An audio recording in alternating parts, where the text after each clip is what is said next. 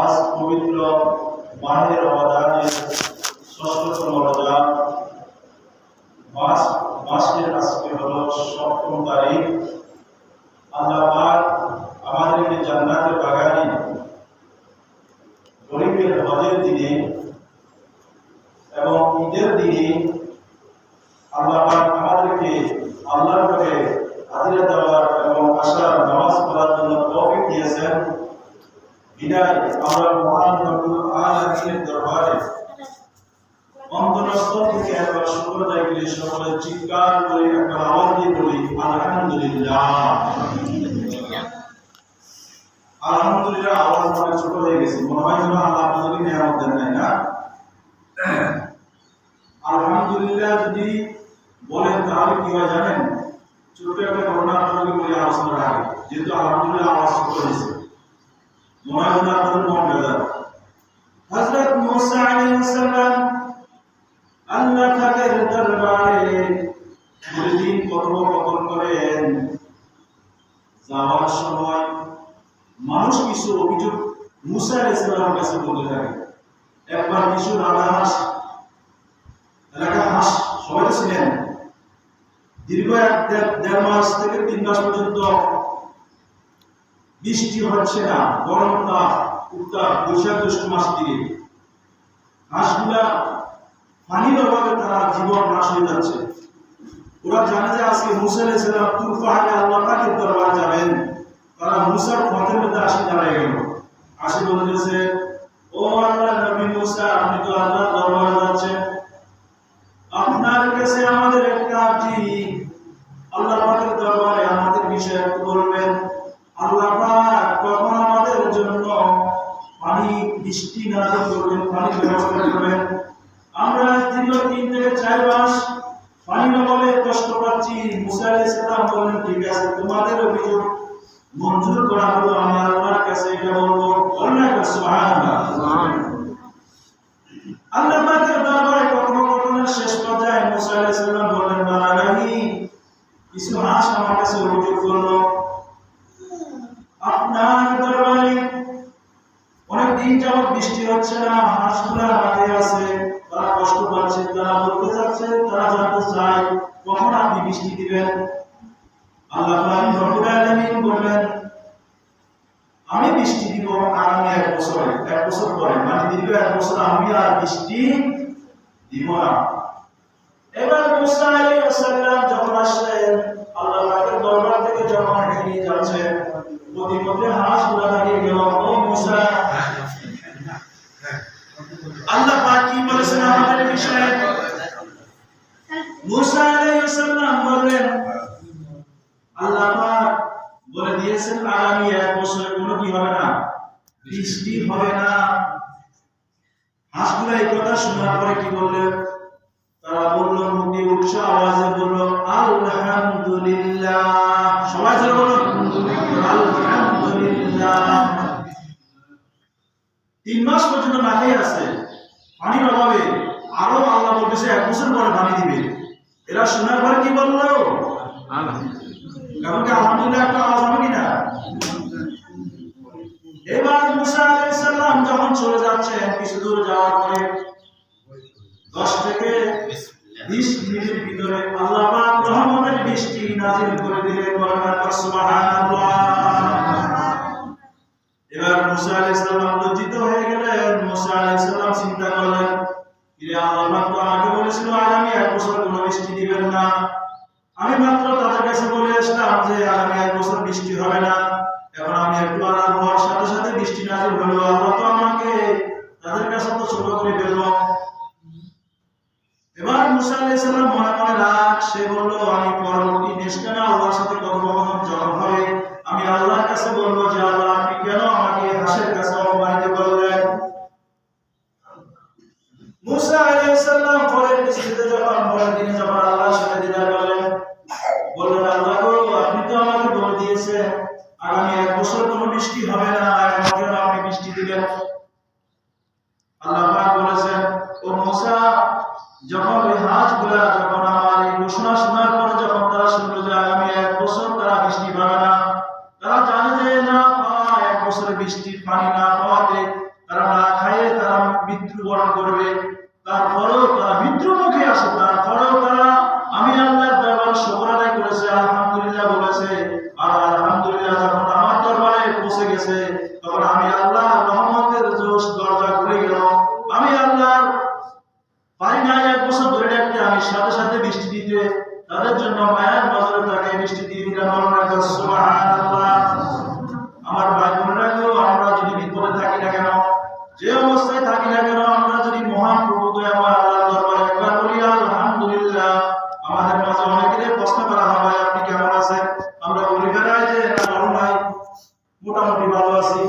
তাহলে আল্লাহ কি আমাদের মোটামুটি রেখেছেন? আল্লাহ কি মোটামুটি যদি রাখতেন তাহলে আমার 2টা চক্ষুর মধ্যে 1টা চক্ষু দিতেন না, তাহলে হয়তো মোটামুটি।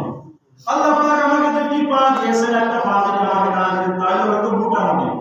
কিন্তু যেহেতু আল্লাহ পাক আমাকে 2টি চক্ষু দিয়েছেন, আমাকে জবান দিয়েছেন, আমাকে কর্ণ দিয়েছেন, হাত দিয়েছেন, পা দিয়েছেন, সমস্ত মস্তিষ্ক ঠিক রেখেছেন, সেই মহান দয়াময় আল্লাহর দরবারে আমরা কি বলবো? কখনো জিজ্ঞেস করে তখন কি বলবো? আলহামদুলিল্লাহ, আল্লাহ পাক আমাকে ভালো রেখেছেন। অথচ সকালবেলা নিজে ভাত খেতে পারেন না, সংসারে অনেক অভাব অনটন আছে, তারপরে যদি আল্লাহর দরবারে আলহামদুলিল্লাহ বলেন, আল্লাহ তো সবই দেখেন। তখন আল্লাহ পাক বলেন, আমার বান্দা এত কষ্ট থাকার পর আলহামদুলিল্লাহ বলেছেন, আমি আমার বান্দার জন্য রিজিকের ব্যবস্থা করে দিই, তার অসুবিধার কোনো সমাধান করে দিব। চিৎকার জীবন সুবহানাল্লাহ। আজরিন, আমার আলোচ্য বিষয় এটা না। আমার আলোচ্য বিষয় হলো আমরা মাহে রমজান যখন রোজা রাখি, আমাদের মাঝে আমরা যারা রোজা রাখি, আল্লাহ পাক আমাদেরকে এমন একটা ইসলামের ভিতরে দাবিত করেছেন, ইন্না দীনা ইনদাল্লাহিল ইসলাম। ইসলাম হলো মনোনীত ধর্ম, আল্লাহ পাকের কাছে প্রিয় ধর্ম। আর এই ধর্ম হলো শান্তির ধর্ম। কিসের ধর্ম? এই ধর্মে কোনো কঠোরতা নাই, আল্লাহর বিধান কোনো বিধান কঠোরতা নাই।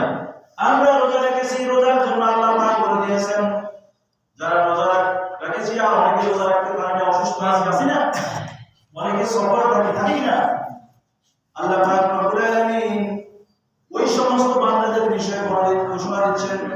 সূরা বাকারার 184 নম্বর আয়াতে আল্লাহ পাক ইরশাদ করেন, বিসমিল্লাহির রহমানির রহিম, আইয়ামান মা'দুদাতিন ফামান কানা মিনকুম মারিদান আও আলা সাফারিন ফা'iদ্দাতুন মিন আইয়ামিন উখরা। একবার বলা যাবে কি আল্লাহু আকবার? আল্লাহু আকবার। রোজা হচ্ছে নির্দিষ্ট কয়েকটা দিন। রোজা কয়টা দিন? এটা কি 12 মাস রোজা রাখা লাগবে? না, নির্দিষ্ট কয়টা দিন আল্লাহ পাক বলেছেন রোজা আমি তোমাদের জন্য নির্দিষ্ট কয়টা দিন দিয়েছি। এই নির্দিষ্ট কয়টা দিনের মধ্যে আমাদের মধ্যে কত ধরনের লোক আছে কি না? কেউ ইচ্ছাকৃত রোজা রাখে না, আবার কেউ অনিচ্ছাকৃত অসুস্থ হয়ে গেছেন, সফরে আছেন, তাদের বিধান কি? আল্লাহ পাক রব্বুল আলামিন ইরশাদ করেন, ফামান কানা মিনকুম মারিদন, তোমাদের মধ্যে যারা অসুস্থ থাকবে, অনেক মা বোনেরা অসুস্থ আছেন, রোজা রাখতে পারেন না, অনেক মুরব্বীরা আছেন রোজা রাখতে পারেন না।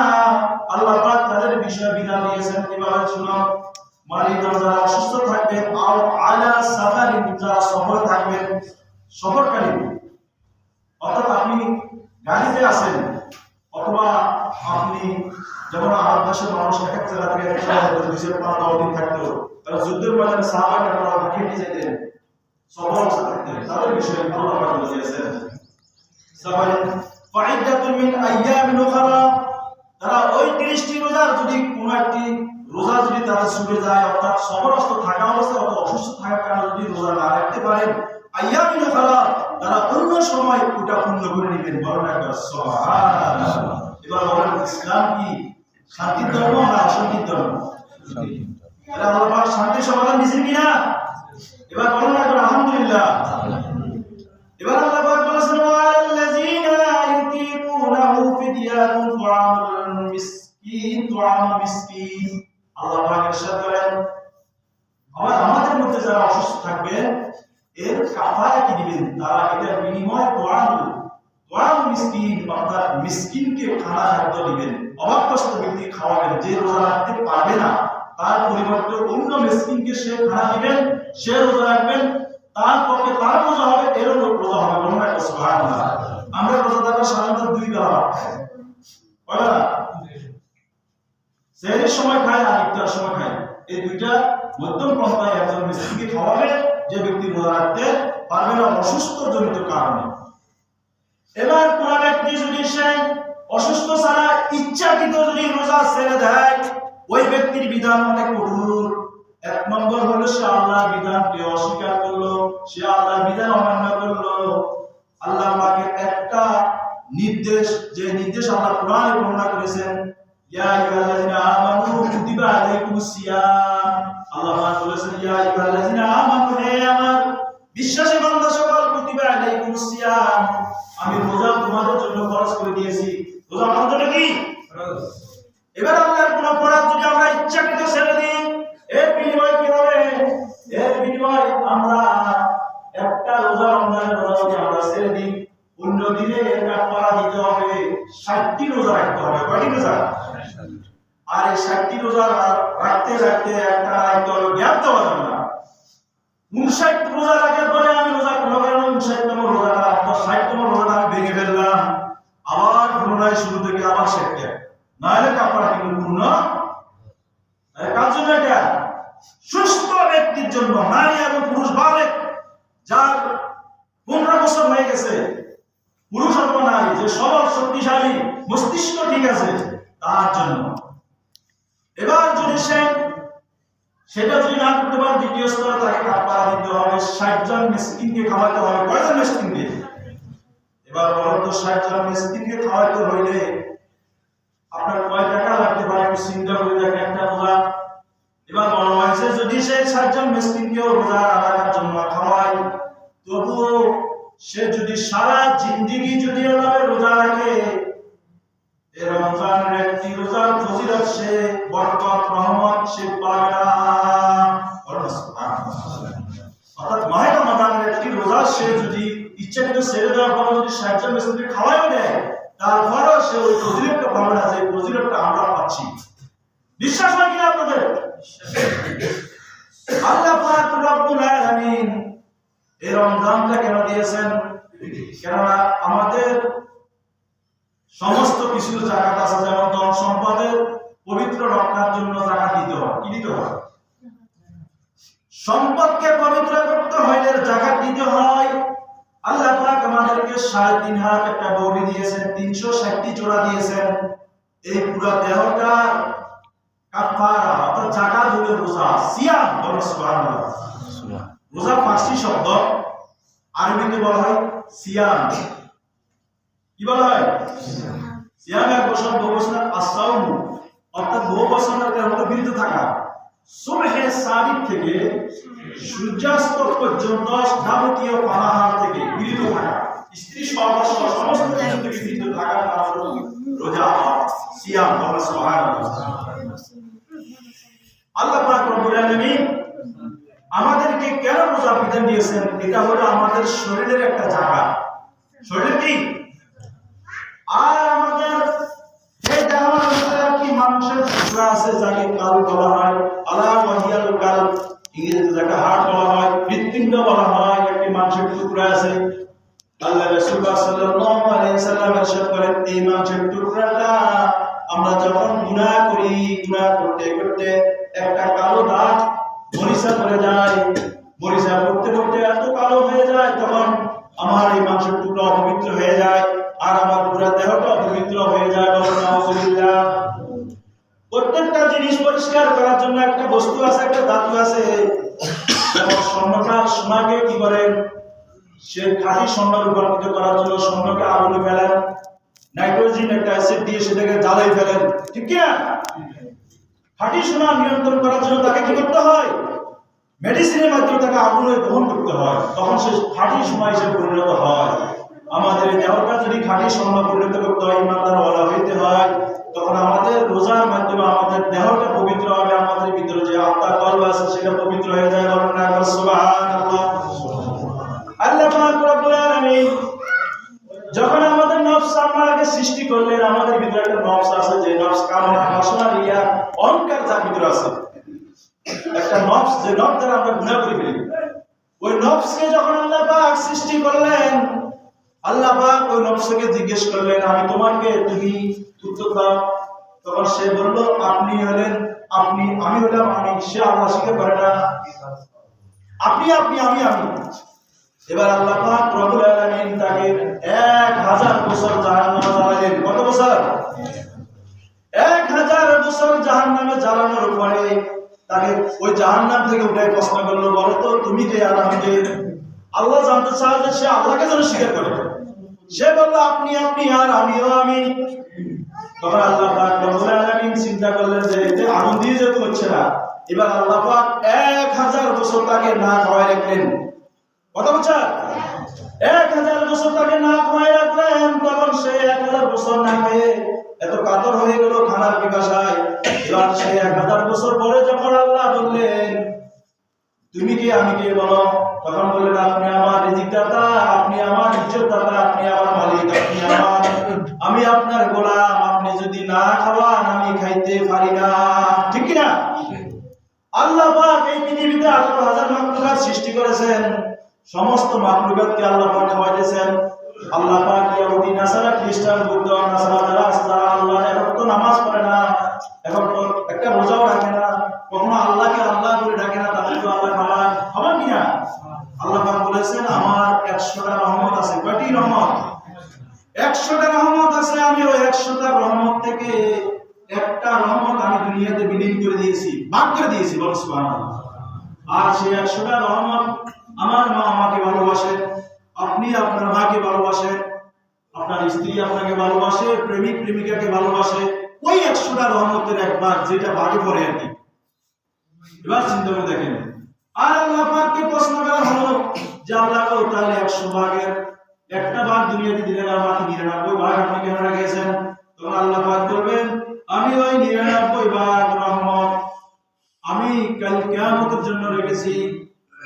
আর যারা আল্লাহ পাকের দরবারে তওবা করবেন, রোজা রাখবেন, নামাজ আদায় করবেন, আল্লাহর অনুগত হবেন, আল্লাহ জিন্দেগিতে তার, এই দুনিয়াতে তার আল্লাহ পাকের হুকুম মতো চলবেন, আল্লাহ পাক তাদের দিকেও রহমতের নজর তাকান, যখন তাদের মুখ হয়ে যায় আল্লাহর মুখ। সুবহানাল্লাহ। অর্থাৎ তারা আল্লাহ পাকের ইবাদত বন্দেগী করতে করতে, জিকির করতে করতে তাদের অন্তরাত্মা পবিত্র হয়ে যায়, তখন এই কলমের ভিতরে আল্লাহ পাক এই কলমের ভিতরেই তার স্থান দিয়ে দেন। সুবহানাল্লাহ।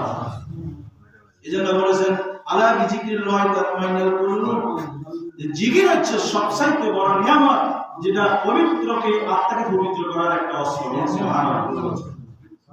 আল্লাহ পাক রব্বুল আলামিন বলেছেন যে রোজা হচ্ছে আমার জন্য, পৃথিবীতে যত আমল আমরা করি না কেন, সমস্ত আমল 10 নেকি থেকে আল্লাহ পাক 70 নেকি পর্যন্ত দিয়ে দেন। এটা ফেরেশতাদের মাধ্যমে বর্ণনা করা হয়। এটা কার মাধ্যমে? পৃথিবীতে আমরা যত আমল করি, প্রত্যেক আমলের বিনিময়, রমজান মাসে তো 70, অন্য মাসে হলো 10। আল্লাহ পাক করে দিয়েছেন, আমার বান্দা বান্দি যখন কোরআন করে শ্রদ্ধা করে যাকাত দেয়, যাই করুক না কেন, নেক আমল যাই করুক না কেন, আমি প্রত্যেক আমলের বিনিময় 10 থেকে 700 গুণ পর্যন্ত দিয়ে থাকি। কিন্তু একটা জিনিস ব্যতিক্রম আছে, সেটা হলো আসসামুলি ওয়ালা আজরি বিহি ওয়া সুবহানাল্লাহ। একটা জিনিস আল্লাহ পাক বিজাতে দিবেন, সেটা হলো রোজার প্রতিদান। কেননা আমরা দুপুরে ইচ্ছা করলে চাইলে পুকুরে ডুব দিয়ে এক গ্লাস পানি আমরা খেতে পারি, পারি কিনা? আমরা ইচ্ছা করলে এখান থেকে ঘরে যাই, যে রুমে কেউ নাই সেই রুমে যাই এক গ্লাস পানি চুপি চুপি খাইতে পারি, পারি কিনা? কিন্তু আমার বউ বাচ্চাদেরকে বলতে পারি যে আমি তো রোজা, কিন্তু ভিতরে ভিতরে যদি আমি খাই, কিন্তু একজন দেখার মালিক আছেন কিনা? তার নাম কি? আল্লাহ। সে আল্লাহ পাক বলেছেন, ও আমার ফেরেশতা, একটা হাদিস আপনাদের শোনাই, সেটা হচ্ছে রাসূলুল্লাহ সাল্লাল্লাহু আলাইহি ওয়াসাল্লাম লিসাইমি ফারহাতানি, রোজাদারের জন্য দুটি সুসংবাদ আছে। রোজাদারের জন্য কয়টি সুসংবাদ আছে? একটা হচ্ছে ফারহাতুন ইজা আফতার, যখন তারা ইফতার করে তখন একটা আনন্দ লাগে কিনা? যখন আপনারা ইফতার করেন তখন একটা মনের ভিতর প্রশান্তি লাগে কিনা? আল্লাহরও কখন লাগে। আল্লাহ বলে, ও ফেরেশতারা দেখো, আমার বান্দার সামনে এত ফল, ফুল, পানি, শরবত এত কিছু থাকা সত্ত্বেও তারা কেন খায় না? প্রশ্ন করে ফেরেশতাদেরকে, এই ফেরেশতারা বলো, কেন আমার বান্দা খাচ্ছে না? আল্লাহ গো, তারা খাচ্ছে না আপনার ভয়ে। তারা কি আমাকে দেখছে? কোনা দেখে না। তাহলে তারা যখন আমার জাহান্নাম দেখছে, কোনা দেখে না। আমার নবীকে দেখছে, কোনা দেখে না। যেহেতু নবীকেও দেখে নাই, আমার জাহান্নামে দেখে নাই, আমাকেও দেখে না, তারপরেও তারা বিশ্বাস করে আমার ভয়ে খাচ্ছে না। ওই ফেরেশতারা, তোরা বলছিলি যে আমি আমার বান্দাকে যেন সৃষ্টি না করি, এখন তোরা সাক্ষী দেখ, আমি আমার বান্দাকে ক্ষমা করে দিলাম। বলুন সুবহানাল্লাহ। তাহলে আল্লাহ পাক কখন ক্ষমা করেন? ইফতারের সময় দোয়া মঞ্জুর হয়, ওই সময় আল্লাহ দরবারে দোয়া করবেন। সূরা ফাতিহা একবার ফুল হলে 3 করে দুরূদ শরীফ পড়ে আল্লাহ দরবারে দোয়া করবেন। আর দ্বিতীয় পুরস্কার হচ্ছে, দুনিয়াতে আল্লাহ পাক খুশি থাকেন ইফতারের সময়, আর আল্লাহ পাক এক সময় খুশি থাকেন, আর সেটা হচ্ছে ফারহাতুন ইজা লাকিয়া রাব্বা। বলুন সুবহানাল্লাহ। হাশরের ময়দানে আমরা যখন জান্নাতি মেহমানরা যখন আল্লাহ পাকের দরবারে যখন যাবেন, আল্লাহ যখন সাক্ষাৎ দিবেন, তখন বান্দা ওই সময় খুশি থাকবেন। আল্লাহ বান্দার প্রতি রহমতের 100টা রহমত দিয়ে তাকাবেন, আল্লাহ খুশি, আল্লাহর বান্দা খুশি থাকবেন। অর্থাৎ আমরা আল্লাহকে এমন একটা নজর তাকাবো, চোখের পলকটা আমরা পালাবো না, কোটি কোটি বছর চলে যাবো। সুবহানাল্লাহ। আর সেই প্রতিদান আল্লাহ পাক রোজাদারের জন্য একটি জান্নাত নির্ধারণ করে দিয়েছেন। সে রায়্যান নামক একটা জান্নাত আছে, যে ওই জান্নাতে যেই দরজা দিয়ে সে ইচ্ছা সে প্রবেশ করতে পারবে। আর জান্নাতের রূহের মানকে আল্লাহ রাসূল সাল্লাল্লাহু আলাইহি ওয়াসাল্লাম ইরশাদ করেন, আমার উম্মতের জন্য 5টি পুরস্কার রমজানে দিয়েছেন। কয় পুরস্কার? যেটা অন্য কোন আম্বিয়া কেরামদের উম্মতের জন্য হয় নাই।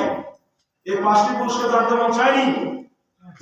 এই 5টি পুরস্কারে 1 নম্বর হলো আমাদের মুখের একটা দুর্গন্ধ বাইর হয় কিনা? আল্লাহ পাক ওই আমাদের মুখের ঘ্রাণ অথবা দুর্গন্ধ যাই না কেন, ওইটা মিষ্টি আম্বারের মতো সুগন্ধি মনে হয় আল্লাহর কাছে। বলুন না সুবহানাল্লাহ। 2 নম্বর পুরস্কার হলো আল্লাহ পাক ইরশাদ করেন, আমার এই পৃথিবীতে আসমানে জমিনে সপ্ত আসমানের সমস্ত ফেরেশতা এবং কি মাছ, পৃথিবীর সমুদ্রের তলদেশে যে মাছ পর্যন্ত, ফেরেশতারা পর্যন্ত ওই রোজাদারের জন্য ইফতার পর্যন্ত দোয়া করতে থাকে। বলুন সুবহানাল্লাহ। যেটা অন্য কোন নবীর উম্মতরা আমরা জানি। 2 নম্বর পাইলাম। 3 নম্বর হইল আল্লাহ পাক রব্বুল আলামিন জাহান্নামের দরজা বন্ধ করে দেন। একটা মাস জাহান্নামের দরজা বন্ধ করে দেওয়া হয়, জান্নাত। তখন জাহান্নামীরা চিন্তা করে, কি রে আজকে কি হইল? আজকে তো আযাবে নাই, আজকে তো খুব শান্তি লাগতেছে, একটা রহমতের হাওয়া চালু হয়ে যাবে তাদের মধ্যে। বলুন সুবহানাল্লাহ। আর অন্যদিকে আল্লাহ পাক রব্বুল আলামিন জান্নাতের দরজা চালু করে দেন। কার জন্য? আমাদের জন্য। 5টি পুরস্কার আল্লাহ পাক দিয়েছেন। আল্লাহ পাক বলে দিয়েছেন, 5ম পুরস্কার হইল রমজানের শেষ রাত্রিতে আল্লাহ পাক আমাদেরকে সবাইকে, যারা রোজাদার নামাজ পড়ছে, রোজা রেখেছে, সবাইকে আল্লাহ পাক মাফ করে দেন। সুবহানাল্লাহ। আল্লাহ পাক রব্বুল আলামিন আমাদেরকে রোজার ফজিলত অনুযায়ী মনে রাখবেন, রোজা কিন্তু ইচ্ছাকৃত ছাড়া যাবে না, নামাজ কাজা করা যাবে না। আমরা ইনশাআল্লাহ যত কষ্ট করে বাকি রমজানের রোজাগুলো যেন আমরা রাখতে পারি, আল্লাহ পাক আমাদের সেই তৌফিক দান করুন। সকলে বলি আমিন। ওয়া আখিরু দাওয়ানা আলহামদুলিল্লাহ। আল্লাহ হাফেজ।